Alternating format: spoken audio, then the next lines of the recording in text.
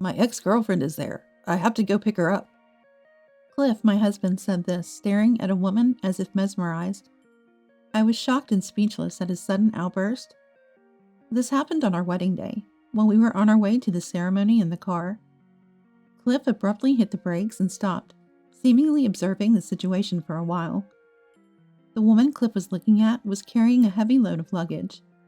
Then, suddenly panicking, Cliff said to me, "You're in the way. Get out of the car, quickly." My name is Helena. I'm a 29-year-old nurse. Cliff and I are the same age, and we met through a friend's introduction. I'm so busy with work, I hardly have time for dating, but I do want to marry if I meet the right person. I told my friend in a bit of a tough request. She said, I know the perfect person for you. I'll bring them over next time. And went out of her way to arrange a meeting for me. At that time, I was working hard as an active nurse. I wanted someone strong who could pull me along. Cliff was exactly the man of my dreams.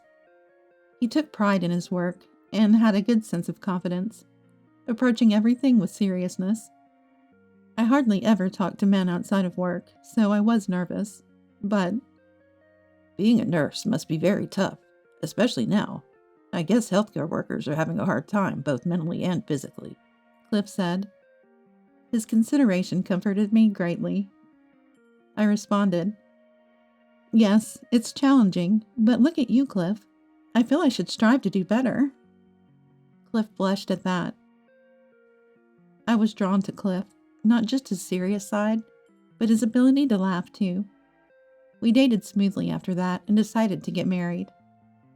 I felt I could live and we'd support each other without changing my life with him. I loved my job, so I naturally continued working after marriage. But one day, there's something I need to talk to you about. Cliff came up to me with an angry look and said. Reflecting on whether I had done something to upset Cliff, I remembered him suddenly asking, Can you quit your job? Surprised. Why? I love my current job. I don't want to quit. Did I do something to upset you? I tried to remain calm and replied. Then Cliff said, A wife who works harder than her husband?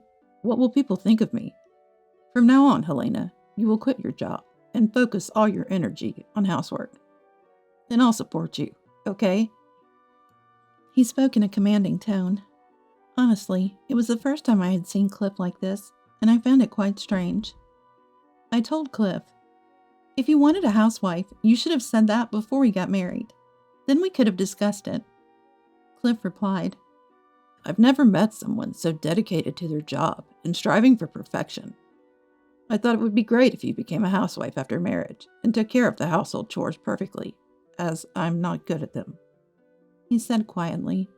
Angry, I said, Then why not hire a maid? Or did you just want someone who could do perfect housework without costing anything?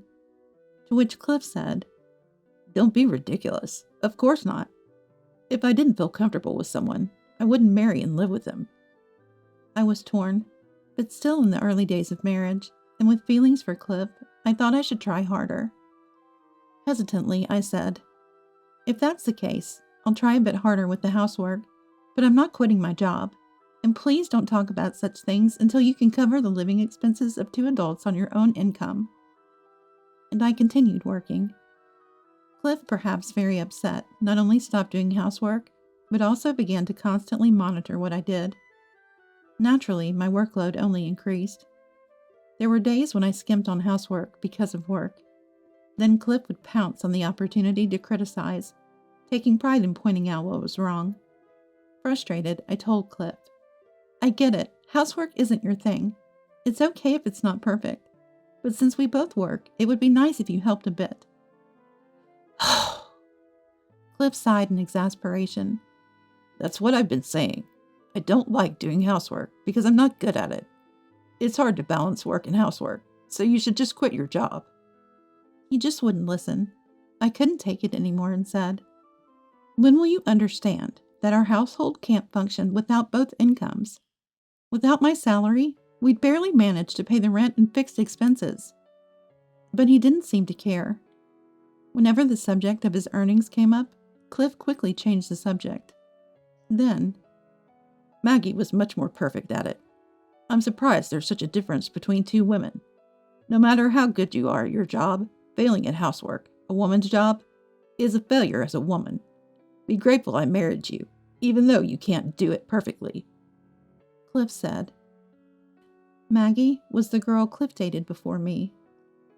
I was angry to be compared to his ex-girlfriend, but I also understood what he meant. Even though I was quite trusted at work, as a woman, I lacked charm. Not just because I was married, but I was aware of my lack of femininity. Knowing this, hearing it from Cliff only made me more determined. But the reality was that we couldn't live on Cliff's salary alone. So I continued working as before, but tried to be more efficient with housework. Cliff was always watching, trying to find chores I hadn't done, but since I did everything perfectly, he eventually had nothing to say. Finally, peace seemed to have returned to our home. One day, we were having a meal with both our parents. When my mother Brenda asked about the wedding, I excitedly shared my dream. I always wanted a wedding, so I saved up for it. I want a glamorous ceremony that everyone attending will enjoy. While Brenda and my mother-in-law, Anaya, clapped in agreement with my idea, Cliff said, "Do we really need to go that far? Besides, the guests probably aren't even interested in our wedding. They might think it's a hassle to give a wedding gift, but if they don't come, they'll be seen as unsociable, right? I bet they only come because they feel they have to. No one really gets moved by someone else's happiness, right? Isn't that just something from a drama?" He laughed, completely dismissing my opinion. I had never thought like Cliff at any weddings I attended, so I was infuriated. Why attend if you feel that way? Cliff went on. "Actually, if you have that much savings, why not share some with me? I work hard all day, sweating it out. Oh, I want a motorcycle. Let's save on the wedding and honeymoon and buy me a bike instead."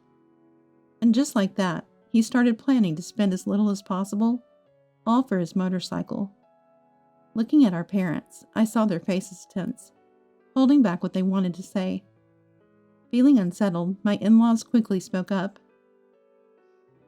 "Cliff, enough is enough. You're completely dismissing Helena's wishes and only thinking about yourself. How can you even think of using the money Helena saved for the wedding on a bike just for you?" Anaya scolded him. My father-in-law Jordan added, "People have different views on weddings, so it's natural for you and Helena to disagree. But to outright reject and insult her, and then just try to take her money. Do you realize how despicable you look right now? If you keep this up, you might end up divorced before you even get married." He scolded his son.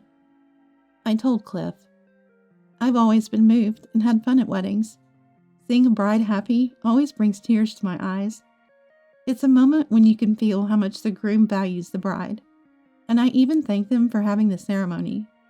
Some friends have come up with events to make sure their guests have a good time, and I truly enjoyed those. But I guess you think differently. That's fine. Why don't we save on the wedding and spend more on our honeymoon?" I was glad my in-laws scolded him, but no matter how much they tried to get through to Cliff, it wouldn't matter if he himself didn't want to change. I was about to compromise and agree to Cliff's idea of a wedding when he suddenly said, "No, forget it. I'll grant all your wishes. Those weddings you've attended must have been really good, huh? Then let's make ours even better."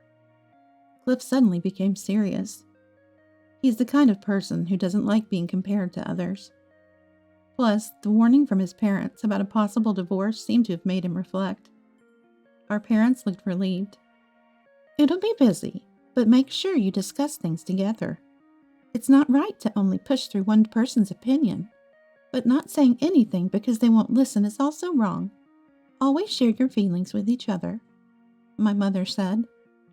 Seeing Cliff's change, Anaya almost triumphantly said, "Cliff, that's more like it. I knew you'd understand if you talked about it. Look, Helena, how about this cute dress? It would suit you perfectly." She began suggesting ideas while smiling and flipping through a magazine.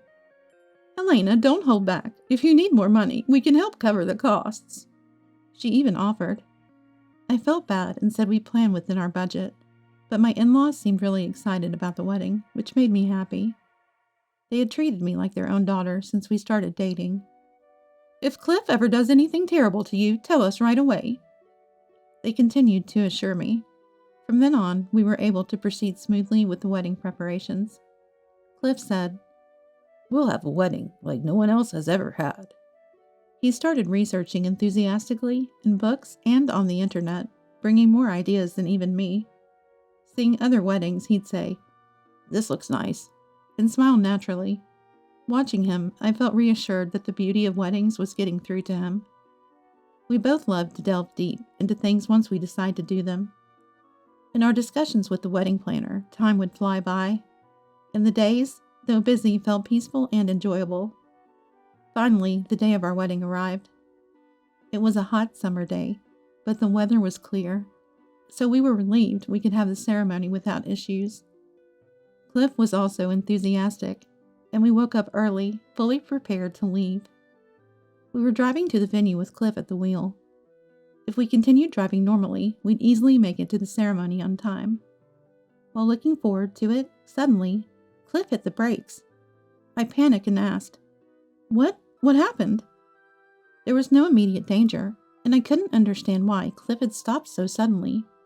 Then Cliff said, "Let me pull over for a moment." He steered the car to the side of the road. Suddenly he exclaimed, "I knew it.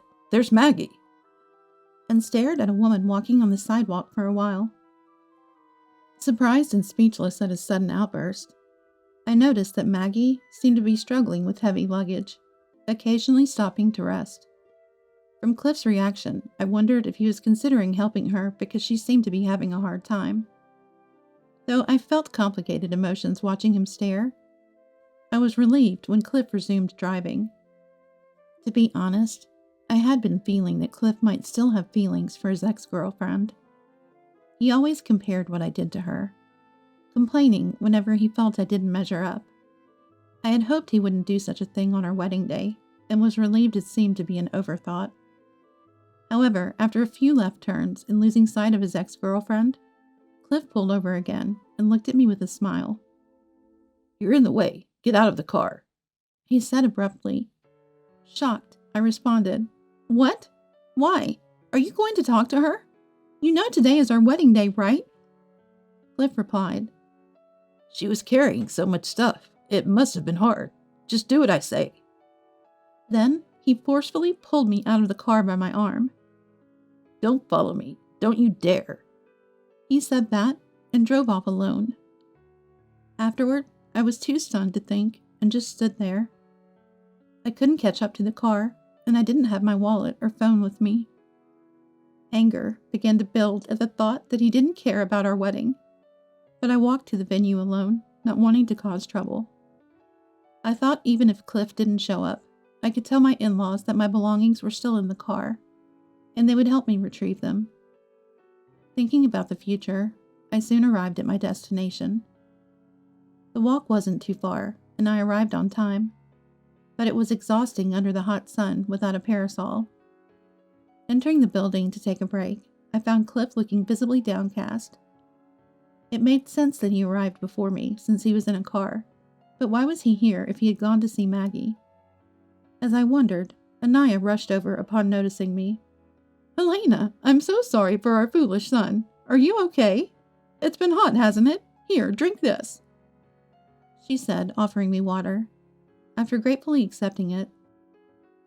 "So what happened with Maggie?" I asked Cliff. Cliff responded, "She said she didn't need help and ran away. Some guy I didn't know took her away. I had no choice but to come here." He spoke indifferently, as if his mind was elsewhere. While I looked at him suspiciously, my in-laws paraded Cliff. "We've already said this, but leaving your wife on your wedding day to talk to an ex-girlfriend is unbelievable. What were you thinking? We don't expect her to forgive you, but you owe her a heartfelt apology." Cliff looked utterly dejected. Anaya added sadly, "We actually arrived much earlier than you two because we were so excited. But then Cliff showed up alone, and we were like, 'Where's Helena?' So we pressed him, and that's when we found out what happened." I then asked, "After she rejected you, why didn't you come back for me?" I asked Cliff. "Maggie was really angry, huh? She called you the worst, and I just lost all motivation.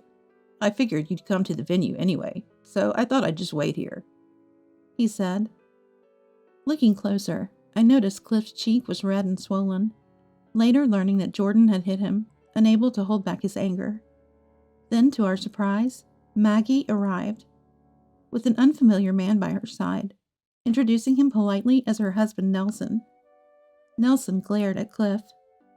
"You tried to force a reluctant woman into your car, then run away at the sight of her face?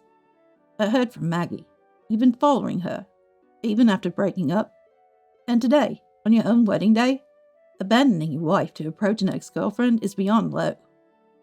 He was visibly angry. Maggie glared at Cliff, then turned to me. "We did date, that's true, but we broke up, and I have no interest in Cliff anymore. I had no idea he'd leave you on your wedding day to come talk to me. I'm so sorry." I hurriedly stopped her apology. "No, don't apologize. It's Cliff's fault, not yours." Maggie sighed in relief at my words. Cliff, losing his target of anger, glared at me, tears spilling from his eyes. "If you had stopped me more, none of this would have happened. Don't you feel any pain seeing me blamed like this?" I was about to retort that it was his own fault, but Maggie and her husband started berating Cliff. Maggie said, "Enough already. I kept quiet before because only I was troubled, but now you've bothered both your wife and my dear husband. I won't forgive this. Don't think you'll get away with it." She glared fiercely at Cliff. Nelson added, "What's with that victim's face? You've hurt both your wife and someone else's. Don't play the martyr." He looked at Cliff with utter disdain. I said to Maggie, "You and your husband did nothing wrong. On the contrary, we owe you an apology for the inconvenience caused by Cliff. From what he said, it seems he was indeed asking you to get back together." I asked her about that.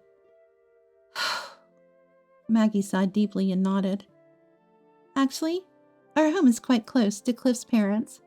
He's ambushed me several times, pretending it was coincidental, and demanded we get back together. I always tried not to provoke him, but made it clear I wasn't interested. He was quick to anger, and I feared he might turn violent, so I kept it from my husband. But now I think I should have told him sooner." She looked on the verge of tears. Nelson added, "I understand why my wife couldn't talk about it before. Seeing how unreasonable this man is, who knows what he might do if confronted. I don't blame her," he said. They seemed like a caring couple, and though they were strangers to me, I was glad Maggie had found someone good. I said to Maggie, "It's okay. We're the ones who should apologize for the trouble. Even when you said he was busy with work, he was pestering you. I'm really sorry." I apologized frantically. Then, seeing Cliff still looking unconvinced, I yelled at him, "You need to apologize too. Your actions have caused trouble for so many people. What are you going to do about it?" But Cliff just frowned in response. It was Maggie's husband who lost patience with Cliff's demeanor. "Apologies are fine, but looking at that face, I doubt any real remorse. Anyway, I want nothing to do with you. Promise never to interfere with another man's wife again," he shouted. Cliff, his face turning red, stepped towards Maggie's husband. "Maggie and I dated before she met you, so I know her better than you do. I want to get back together. If you're lonely after divorce, we can swap wives. Let's do that. She works hard, so she has money," Cliff said, as if it was a brilliant idea. His nonsensical words left not just me, but also Maggie and her husband speechless. Watching him excitedly talk about the days he would divorce and he would marry Maggie, I made up my mind. Let's cancel the wedding. I told Cliff, then apologized to my in-laws. "I'm sorry. I know you were looking forward to today, but as you can see, I can't marry Cliff. I'm sorry it's come to this after all your kindness." The in-laws replied, "Helena, you did nothing wrong, and we think your decision is correct. We're truly sorry for our son's foolishness and the trouble he's caused." They apologized, tears in their eyes. Looking around calmly, I noticed many venue staff observing our situations. Relatives and friends were due to arrive soon.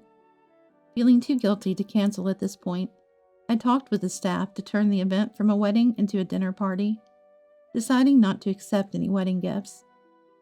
The venue staff, seemingly accustomed to such situations, arranged everything efficiently despite their disapproving glances at Cliff. I was filled with gratitude. Cliff, unconcerned about the attendees, kept dreaming about his married life with Maggie, cheerfully planning this and that while I talked with the staff. Seeing Maggie and her husband glaring at him with such disgust, I was amazed at how he could talk like that. After wrapping up the explanation, I went back to Cliff and told him I agreed to a divorce. As expected, Cliff showed no sadness and accepted it with joy. Right then, guests began to arrive. My in-laws, parents, and I kept apologizing to the attendees, urging them to at least enjoy the dinner party.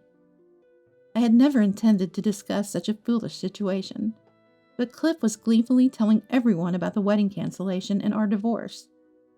Those who arrived on time were in an uproar over the sudden cancellation. Furthermore, Cliff, faced with questioning guests, coolly continued his delusional talk about finding his true love and marrying the person he truly loved. "Escape now with your husband, Maggie. He's beyond reasoning," I whispered to her, pulling her aside, and handing her over to a staff member.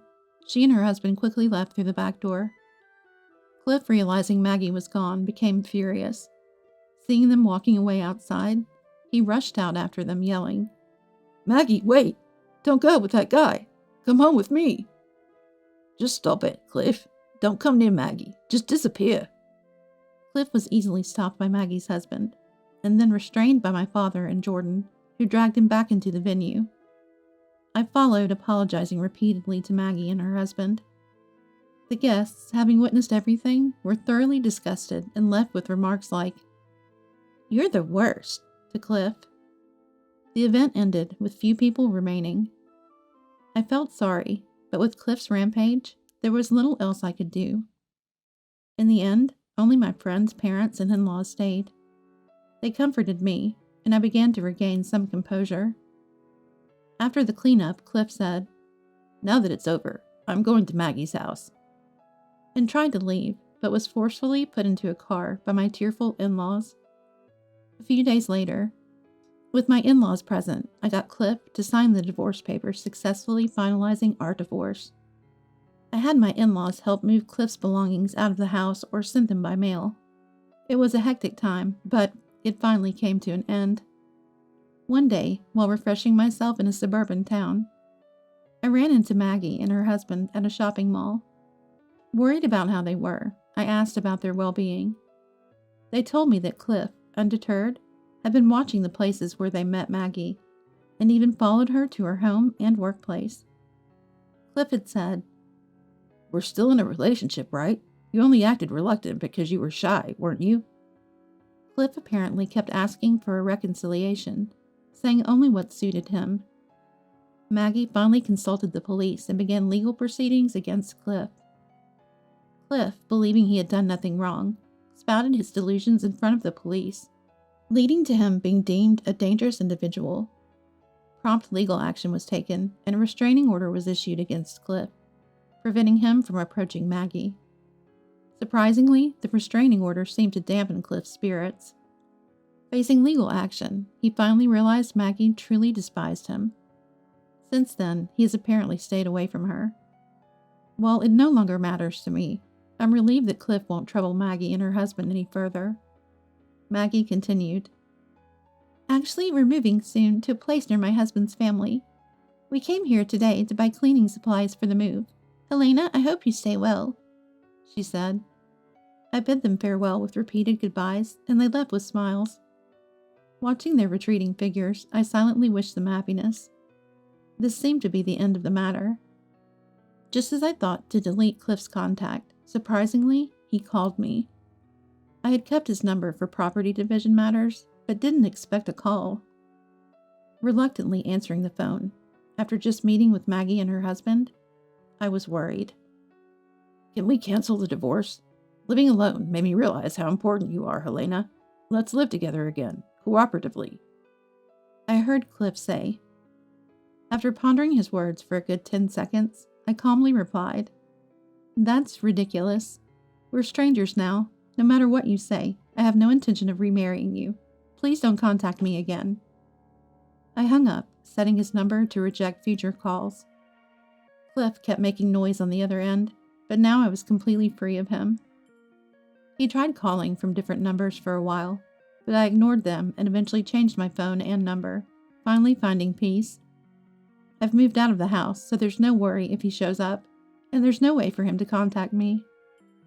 Maggie and her husband have moved away, and if Cliff showed up at my parents' house, they would angrily turn him away.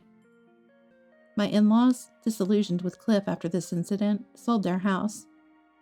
This house is too close to Maggie's family. We've decided to sell it. Anaya and Jordan said tearfully. It pained me, but I hoped they would find happiness away from Cliff. Now homeless, Cliff was likely wandering alone, his whereabouts unknown. After causing a scene at the wedding, he's rumored and isolated among friends and at work. According to friends working at the same company as Cliff, he has become quite isolated there. It's a clear case of self-inflicted consequences. I sincerely hope he reflects deeply on his actions. As for me, I've started a new life from scratch in a new place. I was invited to join, so I transferred to a new hospital. At my current job, I can balance work and life well, managing both household chores and work responsibilities. Starting afresh in a new environment, learning every day, and having a fulfilling job again is what makes me happiest. I've also built a good relationship at work, and am enjoying my days. Although I'm divorced, I am much happier than when I was living with Cliff. This experience has reaffirmed my love for my work. I hope for continued peace and happiness in the days ahead.